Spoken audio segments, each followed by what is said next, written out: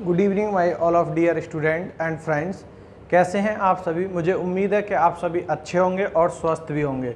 साथ ही साथ में मैं आपके स्वास्थ्य की कामना भी करता हूं कि आप सब स्वस्थ रहें और अच्छे रहें। देखिए, आज हम जो है अपनी एक नई सीरीज़ की शुरुआत करने के लिए जा रहे हैं और वो जो सीरीज़ है वो हमारी संविधान की सीरीज़ है, जिसको हम इंग्लिश में कॉन्स्टिट्यूशन भी कह देते हैं।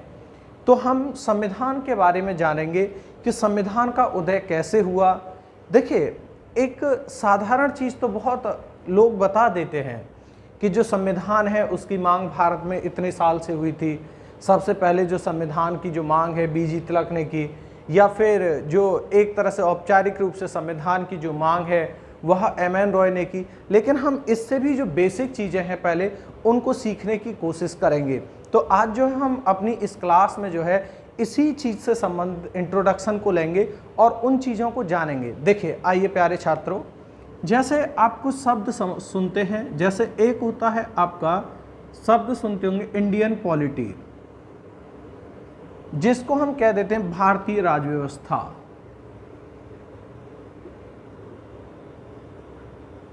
एक शब्द सुनते हैं हम भारतीय राज्य व्यवस्था शब्द सुनते हैं, और एक या हम कहते हैं सीधा एक पॉलिटिक्स, जिसको हम राजनीतिक रूप दे देते हैं। और एक शब्द सुनते होंगे पॉलिटिकल साइंस भी सुनते होंगे,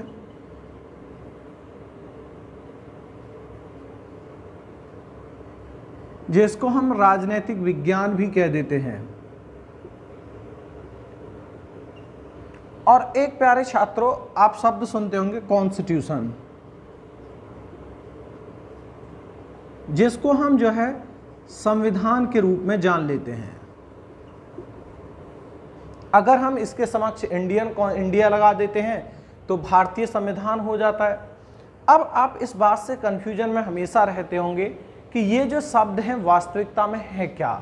अगर हमें पहले इनको जानना होगा कि वास्तविकता में हम इंडियन कॉन्स्टिट्यूशन पढ़ते हैं या पॉलिटी पढ़ते हैं या फिर हम पॉलिटिकल साइंस पढ़ते हैं या कॉन्स्टिट्यूशन पढ़ते हैं, तो इन सभी चीज़ों को भी हमारे लिए जानना बहुत ही ज़रूरी रहता है। अब देखो, एक प्यारे छात्रों, यहाँ देखेंगे आप, इसमें भी एक कॉमन शब्द है पॉली, यहाँ भी देखेंगे एक कॉमन शब्द है पॉली, यहाँ भी देखेंगे एक कॉमन शब्द है पॉली।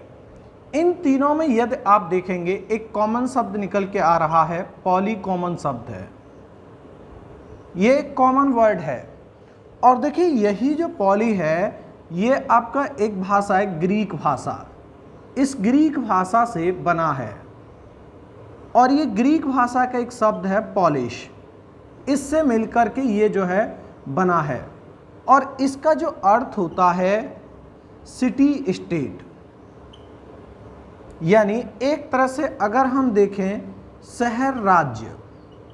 यदि हम यहाँ पर देखते हैं, इस शब्द का जो मतलब होता है सिटी स्टेट से होता है, शहर राज्य से होता है। लेकिन वर्तमान समय में अगर हम देखेंगे तो सिटी स्टेट की अवधारणा नहीं है, इसके स्थान पर एक नई अवधारणा आई है, नेशन स्टेट की अवधारणा आई है। इसके स्थान पर या नेशनल स्टेट की अवधारणा जो है नए रूप में आई है आपकी जो है। तो यहाँ पर जो पॉली शब्द है इसका मतलब होता है सिटी स्टेट, यानी शहर राज्य से होता है। अब यहाँ एक नई बात और निकल के आ गई, राज्य की बात निकल के आ गई कि ये राज्य क्या होता है, तो इसको भी हमें जानना बहुत जरूरी होगा। इसका आप एक स्क्रीनशॉट लेंगे। देखिए, अब यहाँ एक शब्द निकल के आया स्टेट का, जानते हैं अब हम ये क्या होता है।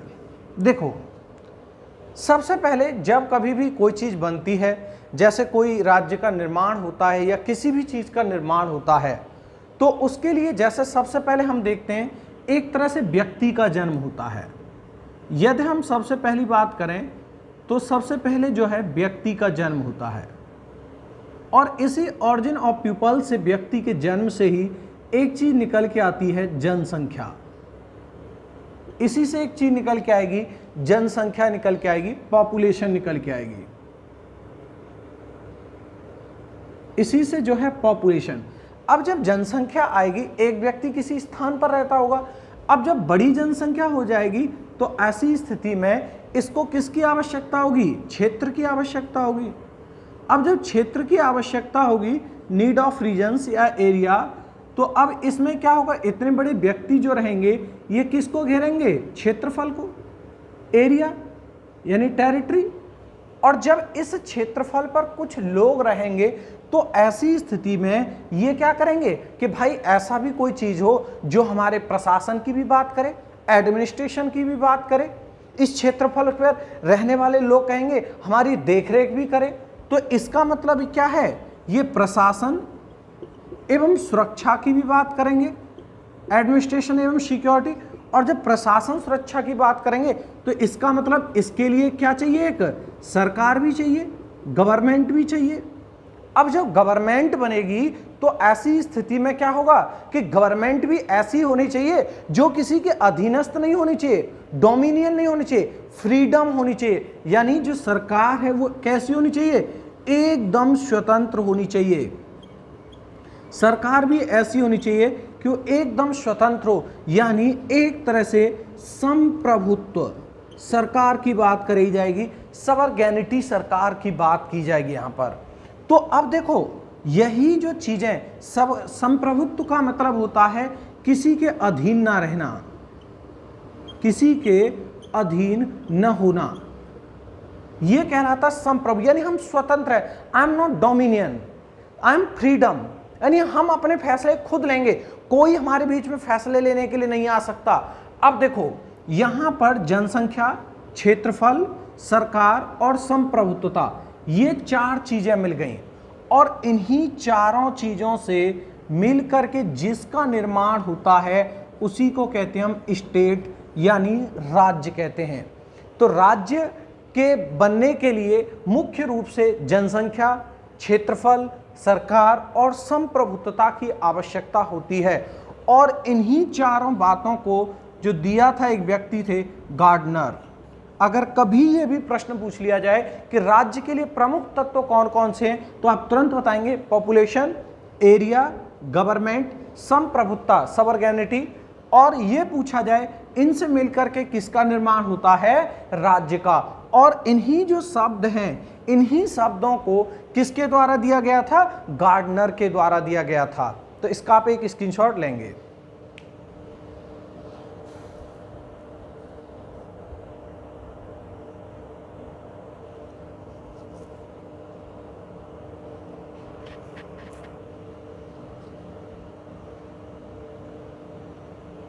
चलिए अब देखो बहुत अच्छी, अब यहां से बात निकल के आएगी।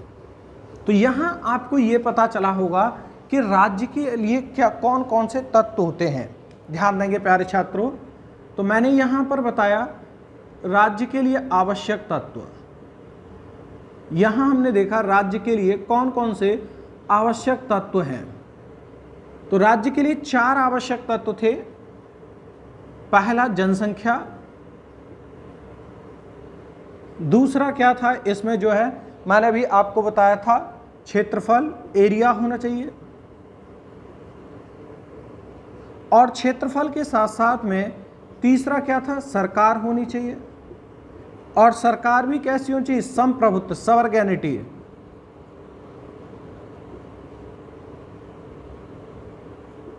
संप्रभुत्व होनी चाहिए यानी स्वतंत्र होनी चाहिए।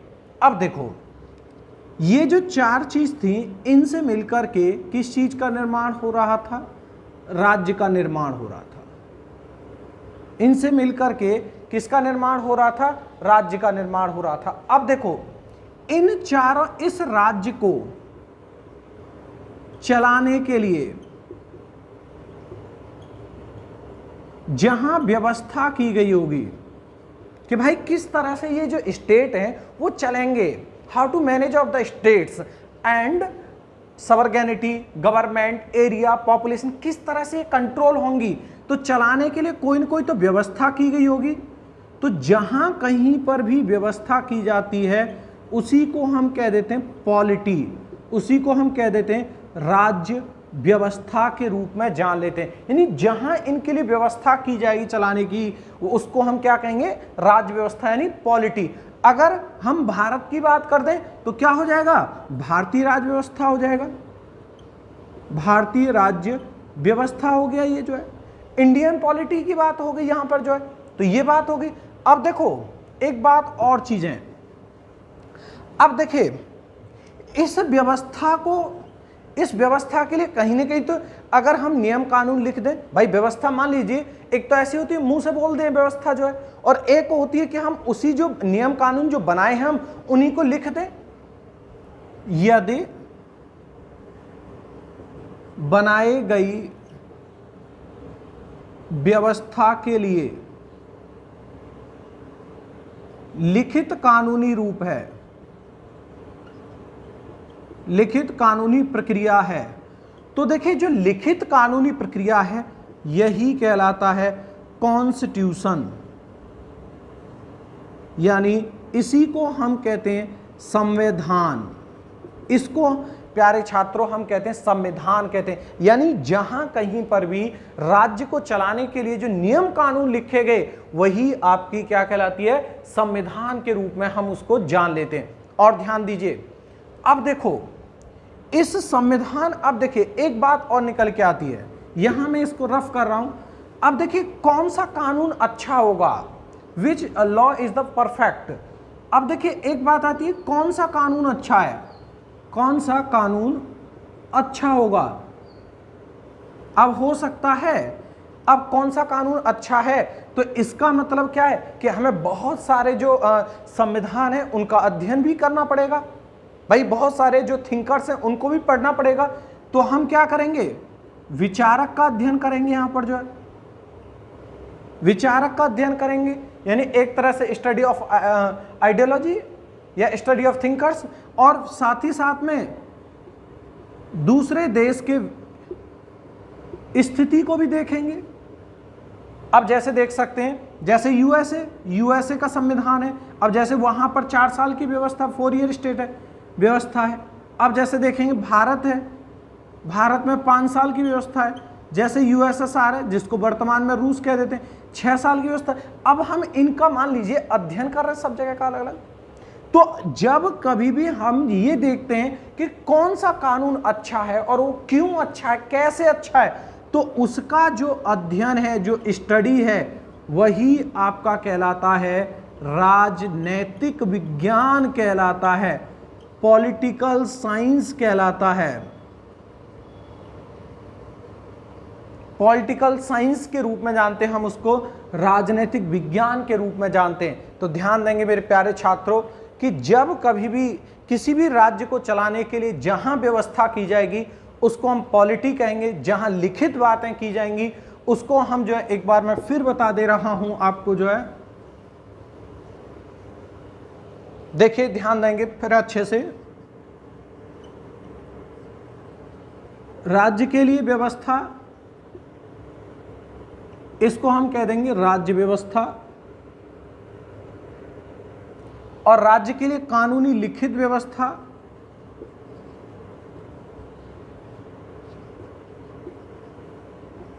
लिखित कानूनी रूप, इसको जो है प्यारे छात्रों हम कह देंगे संविधान।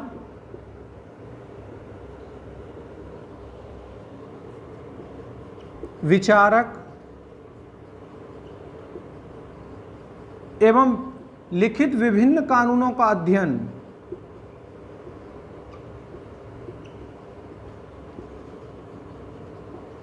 यह कहलाएगा आपका जो है राजनैतिक विज्ञान, पॉलिटिकल साइंस के रूप में जाना जाएगा। तो इन बातों को भी जो है आपको ध्यान में रखना होगा। अब देखिए, अब हम भारतीय जो कानून व्यवस्था का लिखित अध्ययन करते हैं, इसीलिए हम किसकी बात करते हैं, यहां पर संविधान की बात करते हैं, क्योंकि जो हमारे यहां लिखा गया है, भारत को चलाने के लिए जो चीजें लिखी गई हैं, हम उनके बारे में जानने का प्रयास करते हैं।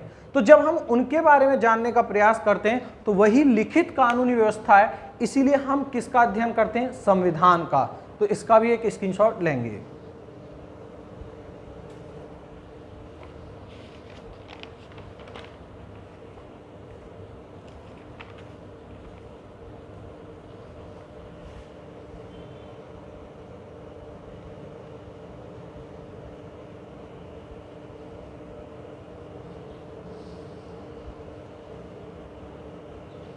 चलिए, इसके बाद में मैं आपको ये बताता हूँ इस राजनीतिक विज्ञान जो या इस राजनीति की जो शुरुआत है वो कहाँ से होती है, उस पर बात करते हैं। आइए देखिए प्यारे छात्रों, हम बात करते हैं इस राजनीतिक स्वरूप की विकास एवं उदय कि इसका जो विकास है या जो उदय है वो कैसे होता है। अब ऐसा तो है नहीं कि ब्रिटिश काल से इसका उदय हुआ हो, तो इसका जो उदय है वो कैसे होता है। देखिए, वास्तविकता में जो राजनीति की जो शुरुआत है वो एथेंस यानी जिसको हम यूनान के रूप में भी जान लेते हैं वहां से हुई थी जो है। और इसमें एक विचारक का नाम मिलता है सुकरात, जिसको हम सोक्रेटिस भी कह देते हैं। एक व्यक्ति मिलते हैं, राजनीति की जो शुरुआत है वो एथेंस या हम लिख सकते हैं यूनान, और इसमें एक व्यक्ति थे सुकरात जिनको हम सोक्रेटिस कह देते हैं। एक दार्शनिक थे सुकरात जिनका जो जन्म है वो एथेंस में हुआ था, और ये वही सुकरात हैं जिनको वहां की जो गवर्नमेंट थी उनके द्वारा जहर का प्याला दे करके मार दिया गया था। अब क्यों मारा गया था उसकी बात करते हैं। देखो, सबसे पहली बात सुकरात को जो है सुकरात को जो है पूर्वी जो दर्शन है उसका जनक भी कहा जाता है। इसको जो है पूर्वी दर्शन का जनक, क्योंकि यहीं से शुरुआत होती है। कैसे शुरुआत हुई थी, देखिए, जो वहां का राजा था उसकी नीतियों से जो लोग थे वो परेशान थे, और जो सुकरात थे वो राज्य की जो वास्तविकताएं थी उनको बताते थे। जैसे उसी में एक ये व्यवस्था थी कि सुकरात का मानना था कि जो व्यक्ति है वह एक स्वतंत्र रूप है, उसके ऊपर किसी भी प्रकार की जो बंदिशें हैं वो नहीं होनी चाहिए, और विशेष करके ऐसी बंदिशें नहीं होनी चाहिए जो कि उस पर थोपी गई हों। तो इनका मानना था कि जो सरकार हो या जो राजा हो वो ऐसा होना चाहिए जो कि जनता के बारे में सोचता हो, ना कि जनता के शोषण के बारे में सोचता हो। तो इनसे संबंधित बातें यहीं से उदय होती हैं। तो इनका मानना था कि राजा जनता के द्वारा चुना गया हो, और सबसे बड़ी बात यह थी कि सोक्रेटिस एक अनपढ़ व्यक्ति थे, तब इस प्रकार की स्थितियां थीं। अगर ये पढ़े लिखे स्थिति में होते तब आप सोच सकते हैं कि फिर कौन सी स्थितियां भी उत्पन्न हो सकती थी। इन्हीं के एक शिष्य और का नाम मिलता है प्लेटो, या जिसको हम प्लूटो कह देते हैं। इनके ही एक शिष्य थे सुकरात के ही, जिनको हम प्लेटो कह देते हैं। सबसे पहली बात तो ये सुकरात के शिष्य थे, और इन्होंने भी सेम बातों को कहा, और ये पढ़े लिखे थे, ऐसी बात नहीं है। और इन्होंने एक एकेडमी भी खोली थी, द एकेडमी, और एक इनकी पुस्तक भी मिलती है, द रिपब्लिक।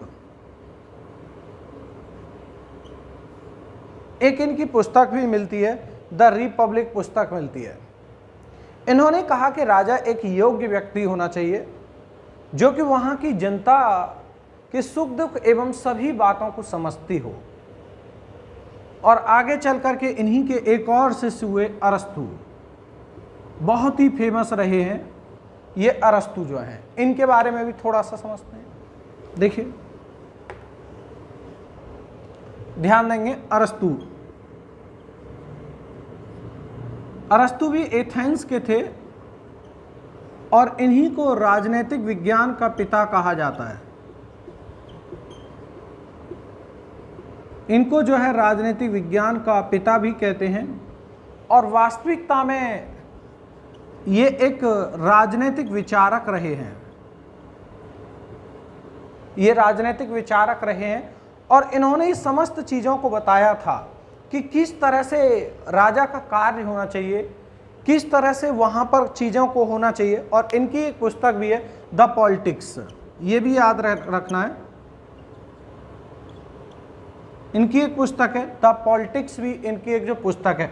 और अरस्तु का ही एक शिष्य भी था जिसको हम कहते हैं सिकंदर महान के रूप में जानते हैं, या द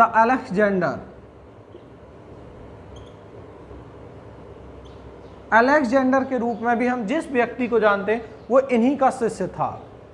और सिकंदर का ही मानना था कि यदि आप जो चाहें वह इम्पॉसिबल नहीं है, पॉसिबल हो सकता है। तो ये वही सिकंदर है जो महानता के रूप में जाना गया है। और ये जो है आप याद रखेंगे अरस्तु का ही जो है शिष्य था। तो एक क्रम याद रखेंगे, यहां पर क्रम याद रखिएगा। सुकरात, सबसे पहले सुकरात हैं, और सुकरात के जो शिष्य थे वो याद रखेंगे प्लेटो। प्लेटो के शिष्य हैं अरस्तु, और फिर इसके हैं सिकंदर। यहां पर आप जो है इस तरह से याद रख सकते हैं, बात समझ रहे हैं। तो इस बात को भी याद रखेंगे। और राजनीतिक क्षेत्र जो है रहा है उदय का सिकंदर या यूनान रहा है, और इसमें इसके जो पिता हैं वो अरस्तु को माना जाता है। जबकि शुरुआत जो है राजनीतिक विज्ञान की वो कहाँ से मानी जाती है, सोक्रेटिस यानी सुकरात। अरस्तु वही इंग्लिश में इनको अरिस्टोटल भी कह दिया जाता है। तो इसका आप एक स्क्रीनशॉट ले लेंगे।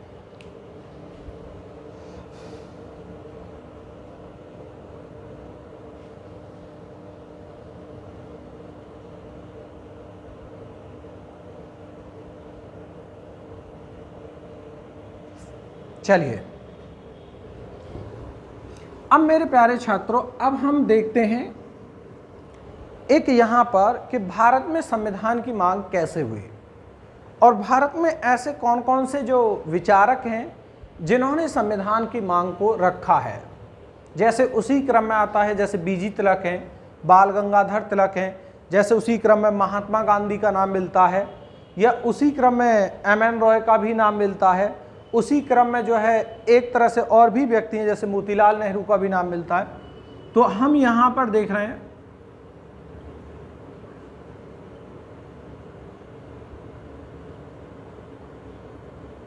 संविधान की मांग से संबंधित बातें। सबसे पहले हम देख रहे हैं इसमें बीजी तिलक, बाल गंगाधर तिलक।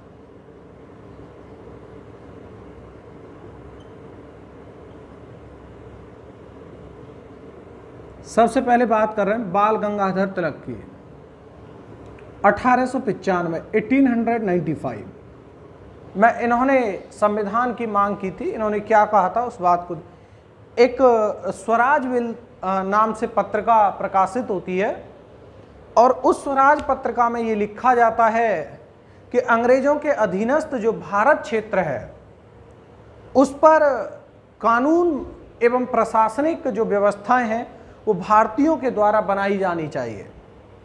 लेकिन अंग्रेजों के द्वारा इस बात को जो है ठुकरा दिया गया था। तो इसको एक अनऑफिशियल यानी अनौपचारिक रूप से मांग के रूप में जाना जाता है। तो यहाँ प्रश्न ये भी पूछ लिया जाएगा कि सबसे पहले भारत में जो संविधान की जो मांग है वो किसने की है। तो आपको यहाँ याद रखना है वो है बाल गंगाधर तिलक, और इनको ही जो है हिंदू सम्राट भी कहा जाता है, या इनको हिंदू राष्ट्रवाद का पिता भी कहते हैं। तो ये भी बात याद रखेंगे, इनको जो है हिंदू राष्ट्रवाद,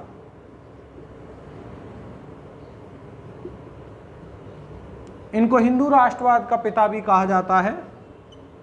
अनौपचारिक अनऑफिशियल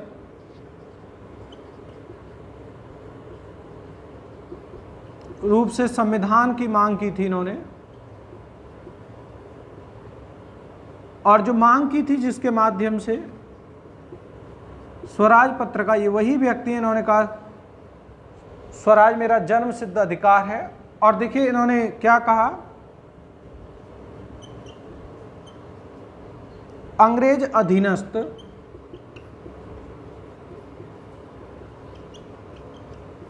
भारतीय क्षेत्र के लिए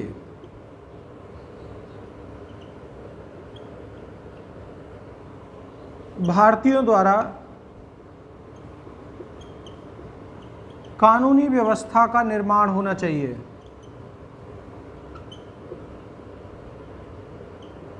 तो इस बात को याद रखना है, सबसे पहले इनके द्वारा ही जो है मांग की गई है। स्क्रीनशॉट ले लेंगे इसका।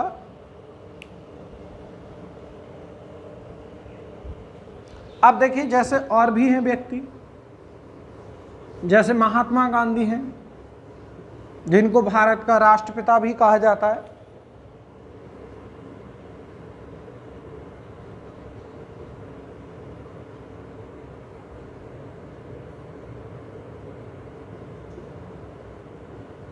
भारत का राष्ट्रपिता भी हम इनको कह देते हैं। और 1922 में इन्होंने ये मांग की है। इन्होंने क्या कहा था? इन्होंने कहा कि भारतीय लोगों के द्वारा भारत का जो भाग्य है वह स्वयं लिखा जाना चाहिए। तो इनका जो स्टेटमेंट है ये भी अनौपचारिक रूप में थे। इन्होंने कहा भारतीय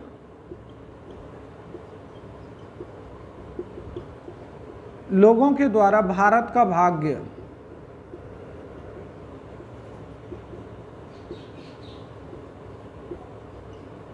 स्वयं लिखा जाना चाहिए। इसका भी स्क्रीनशॉट ले लेंगे।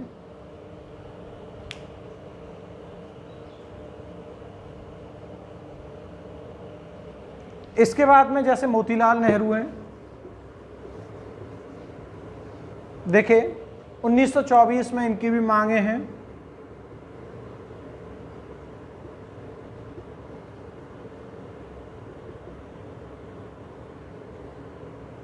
उन्नीस सौ 24 में मांग आई। तो मोतीलाल जो नेहरू हैं, उनका जो मानना था, एक मिनट,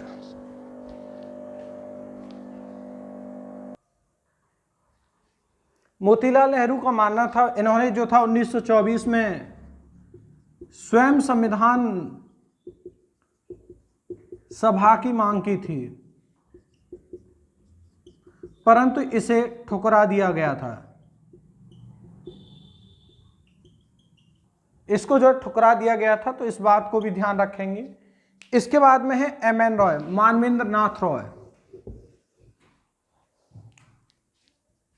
एक व्यक्ति थे M.N. रॉय, जिनको हम जानते हैं मानवेंद्र नाथ रॉय। 1934 सबसे पहले व्यक्ति इन्होंने औपचारिक रूप से संविधान की मांग की है।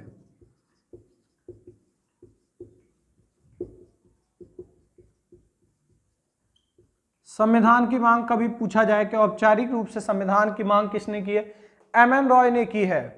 और देखिए M.N. रॉय के बारे में बताऊं कि जो पंडित जवाहरलाल नेहरू थे, इन्होंने M.N. रॉय से यह कहा था कि आप जो है एक संविधान का निर्माण करें। तो इस पर कहा जाता है कि M.N. रॉय ने संविधान के निर्माण के लिए कार्य भी प्रारंभ कर दिया था, लेकिन महात्मा गांधी के द्वारा जो है उसको अस्वीकार कर दिया गया। कहा गया कि इस प्रकार का जो संविधान है वो हमें बिल्कुल भी मंजूर नहीं होगा, जो है उसको यानी एक तरह से हटा दिया गया। तो अगर हम देखते हैं तो डॉक्टर B.R. अम्बेडकर से पूर्व जो है अगर संविधान के रूप में जो काम किया है वो M.N. रॉय के द्वारा भी किया गया है। तो ये जो कुछ व्यक्ति ऐसे हैं जिन्होंने भारतीय संविधान के मांग भी की है।